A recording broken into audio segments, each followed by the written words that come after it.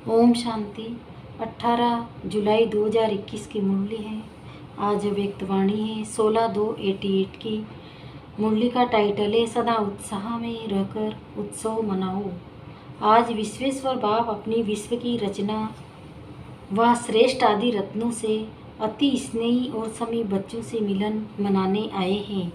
विश्वेश्वर बाप के बच्चे जो विश्व की सर्व आत्माएं हैं, लेकिन ब्राह्मण आत्माएं अति स्नेही समीप की आत्माएं हैं, क्योंकि ब्राह्मण आत्माएं आदि रचना हैं। बाप के साथ साथ ब्राह्मण आत्माएं भी ब्राह्मण जीवन में अवतरित हो बाप के कार्य में सहयोगी आत्माएं बनती है। इसलिए बाप दादा आज के दिन बच्चों का ब्राह्मण जीवन के अवतरण का जन्मदिन मनाने आए हैं। बच्चे बाप का जन्मदिन मनाने के लिए उमंग उत्साह से खुशी में नाच रहे हैं, लेकिन बाप दादा बच्चों के इस ब्राह्मण जीवन को देख स्नेह और सहयोग में बाप के साथ साथ हर कार्य में हिम्मत से आगे बढ़ते हुए देख हर्षित हो रहे हैं। तो आप बाप दादा का बर्थडे मनाते हो और बाप बच्चों का बर्थडे मनाते हैं। आप ब्राह्मणों का भी बर्थडे है ना, तो सभी को बाप दादा जगत अम्बा और सर्व आपके साथी एडवांस पार्टी की विशेष श्रेष्ठ आत्माओं सहित आपके अलौकिक ब्राह्मण जन्म की स्नेह से सुनहरी पुष्पों की वर्षा सहित मुबारक हो, मुबारक हो। ये दिल की मुबारक है, सिर्फ मुख की मुबारक नहीं, लेकिन दिलाराम बाप के दिल की मुबारक सर्वश्रेष्ठ आत्माओं को, चाहे सम्मुख बैठे हैं चाहे मन से बाप के सम्मुख है, चारों ओर के बच्चों को मुबारक हो, मुबारक हो। आज के दिन भक्त आत्माओं के पास बाप के बिंदु रूप की विशेष स्मृति रहती है। शिव जयंती व शिवरात्रि कोई साकार रूप का यादगार नहीं है, लेकिन निराकार बाप ज्योति बिंदु, जिसको शिवलिंग के रूप में पूजते हैं, ये विश्व बिंदु का महत्व है। आप सभी के दिल में भी बाप के बिंदु रूप की स्मृति सदा रहती है, तो आप भी बिंदु और बाप भी बिंदु। तो आज के दिन भारत में हर एक भक्त आत्मा के अंदर विशेष बिंदु का महत्व रहता है। बिंदु जितना ही सूक्ष्म है उतना ही शक्तिशाली है, इसलिए बिंदु बाप को ही शक्तियों के, गुणों के, ज्ञान के सिंधु कहा जाता है। जो आज सभी बाप के दिलों में जन्मदिन की विशेष उत्साह की लहर बाप दादा के पास अमृत वेले से पहुंच रही है। जैसे आप बच्चों ने विशेष सेवा अर्थ व स्नेह स्वरूप बन बाप का झंडा लहराया। बाप ने कौन सा झंडा लहराया? आप सभी ने तो शिव बाबा का झंडा लहराया। बाप क्या ये झंडा लहराएंगे? ये सेवा के साकार रूप की जिम्मेवारी बच्चों को दे दी। बाप ने भी झंडा लहराया, लेकिन कौन सा और कहाँ लहराया? बाप दादा ने अपने दिल में सभी बच्चों की विशेषताओं के स्नेह का झंडा लहराया। कितने झंडे लहराए होंगे? इस दुनिया में इतने झंडे कोई लहरा नहीं सकते। कितना सुंदर दृश्य होगा। एक एक बच्चे की विशेषता का झंडा बाप दादा के दिल में लहरा रहा है। सिर्फ आप सबने झंडा नहीं लहराया, लेकिन बाप दादा ने भी लहराया। ये झंडा लहराते हो तो उस समय क्या होता है? फूलों की वर्षा।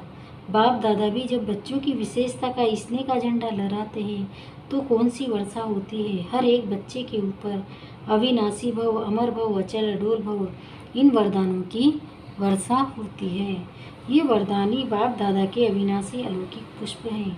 बाप दादा को इस अवतरण दिवस की अर्थात शिव जयंती दिवस की बच्चों से भी ज़्यादा खुशी है। खुशी में खुशी है, क्योंकि यह अवतरण का दिवस हर वर्ष यादगार तो मनाते हैं, लेकिन जब बाप का साकार ब्रह्मा तन में अवतरण होता है तो बाप दादा को इसमें भी विशेष, शिव बाप को विशेष इस बात की खुशी रहती है। कितने समय से अपने समीप स्नेही बच्चों से अलग परमधाम में रहते, चाहे परमधाम में और आत्माएं रहती भी हैं, लेकिन जो पहली रचना की आत्माएं हैं, जो बाप समान बनने वाली सेवा के साथी आत्माएं हों, वो कितने समय के बाद अवतरित होने से फिर से आकर मिलती है। कितने समय की बिछड़ी हुई श्रेष्ठ आत्माएं फिर से आकर मिलती है। अगर कोई अति स्नेह बिछड़ा हुआ मिल जाए तो खुशी में विशेष खुशी होगी ना। अवतरण दिवस अर्थात अपनी आदि रचना से फिर से मिलना। आप सोचेंगे इसमें हमें बाप मिला और बाप कहते हैं हमें बच्चे मिले, तो बाप को अपने आदि रचना पर नाज है। आप सब आदि रचना हो, सत्य तो नहीं हो। सभी सूर्यवंशी आदि रचना है। ब्राह्मण से देवता बनते हैं ना, तो ब्राह्मण आत्माएं आदि रचना है। अनादि रचना तो सब है, सारे विश्व की आत्माएं रचना है, लेकिन आप अनादि और आदि रचना हो तो डबल नशा है ना। आज के दिन बाप दादा विशेष एक स्लोगन दे रहे हैं। आज के दिन को उत्सव का दिन कहा जाता है।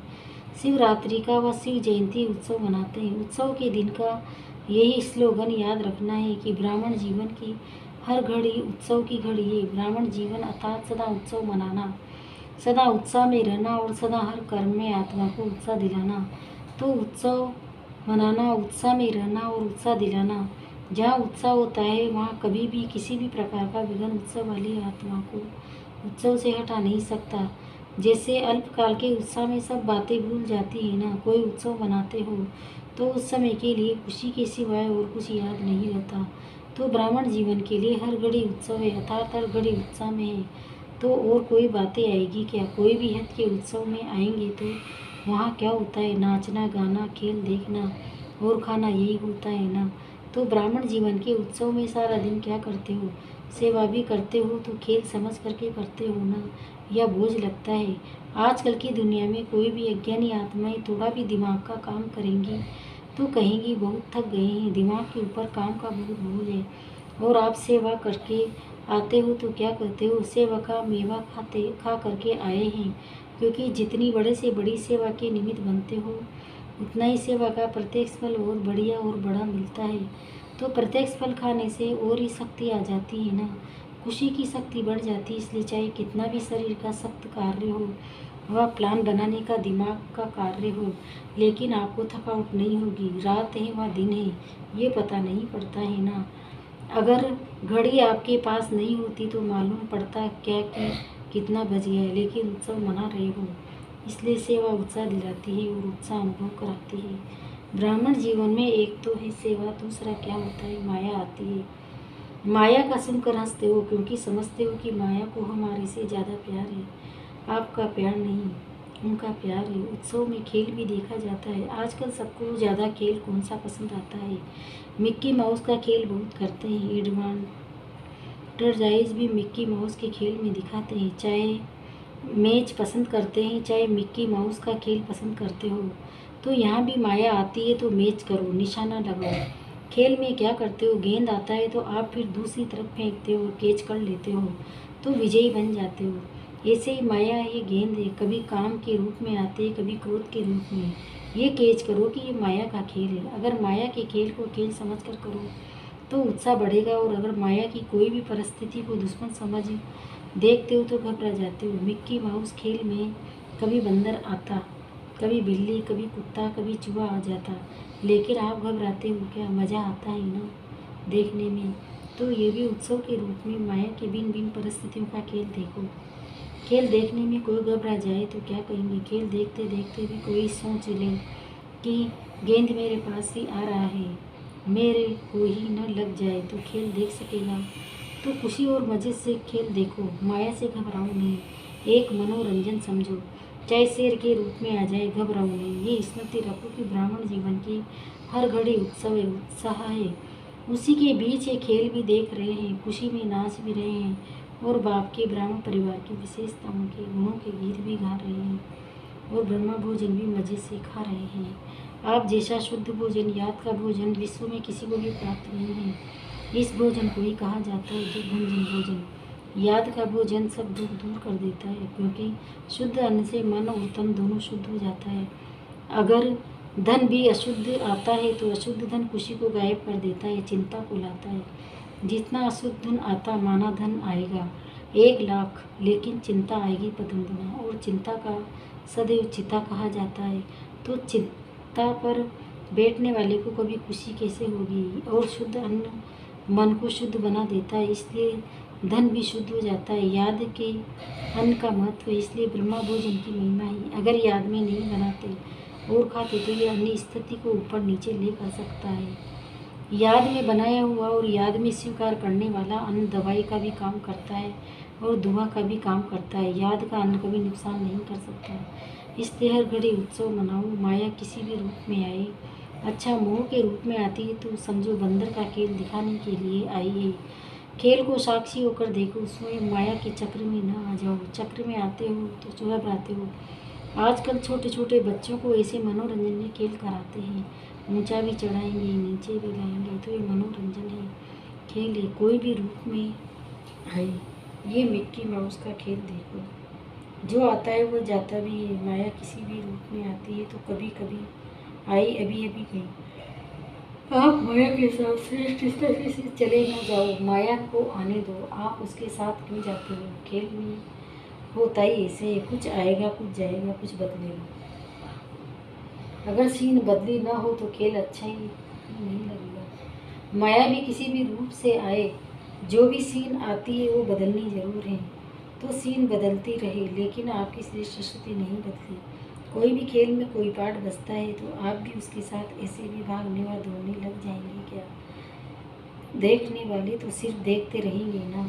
तो माया नीचे गिराने के लिए आए या कोई भी स्वरूप में आए, लेकिन आप उसका खेल देखो, कैसे नीचे गिराने के लिए आए, उसके रूप को कैच करो, खेल समझ उस दृश्य को साक्षी हो करके देखो। आगे के लिए और स्व की स्थिति को मजबूत बनाने की शिक्षा ले आगे बढ़ो। तो शिवरात्रि का उत्सव अर्थात उत्साह दिलाने वाला उत्सव सिर्फ आज का दिन नहीं है, लेकिन सदा ही आपके लिए उत्सव है और सदा साथ है। इस स्लोगन को सदा याद रखना और अनुभव करते रहना। उसकी विधि सिर्फ 2 शब्दों की है, सदा साक्षी हो करके देखना और बाप के साथी बन कर के रहना। बाप के साथी सदा रहेंगे तो जहाँ बाप है तो साक्षी होकर देखने से सहज ही मायाजीत बन अनेक जन्मों के लिए जगतजीत बन जाएंगे। तो समझा क्या करना है? स्वयं बाप और बच्चे के साथ देने के लिए गोल्डन ऑफर कर रहे हैं, इसलिए सदा साथ रहो। वैसे डबल फॉरेनर्स अकेले रहने में पसंद करते हैं, वो साथ इसलिए नहीं रहते कि कहाँ बंधन न बन जाए, स्वतंत्र रहे, लेकिन इस साथ में साथ रहते भी स्वतंत्र बंधन नहीं अनुभव होगा। अच्छा, तो आज का दिन डबल उत्सव का है। वैसे जीवन भी उत्सव है और यादगार भी उत्सव है। बाप दादा सभी विदेशी बच्चों को सदा याद देते करते भी हैं और आज भी विशेष दिन की याद दे रहे हैं, क्योंकि जो भी जहाँ से आए होंगे तो सभी के याद पत्र लाए होंगे, कार्ड पत्र टोलियाँ लाई। तो जिन बच्चों ने दिल के उत्साह का यादगार व किसी भी रूप में अपनी याद निशानी भेजी हैं, उन सब बच्चों को बाप दादा भी विशेष याद का रिटर्न पदम गुना दे रहे हैं। और बाप दादा देख रहे हैं कि हर एक बच्चे के अंदर सेवा का और सदा मायाजीत बनने का उमंग उत्साह बहुत अच्छा है। हर एक बच्चा अपनी शक्ति से भी ज़्यादा सेवा में आगे बढ़ रहा है और बढ़ता ही रहेगा। बाकी जो सच्ची दिल से दिल का समाचार बाप के आगे रखते हैं तो सच्ची दिल पर बाप सदा राजी है, इसलिए दिल के समाचार में तो जो भी छोटी मोटी बातें आती भी हैं तो बाप की विशेष याद के वरदान से समाप्त हो ही जाएंगी।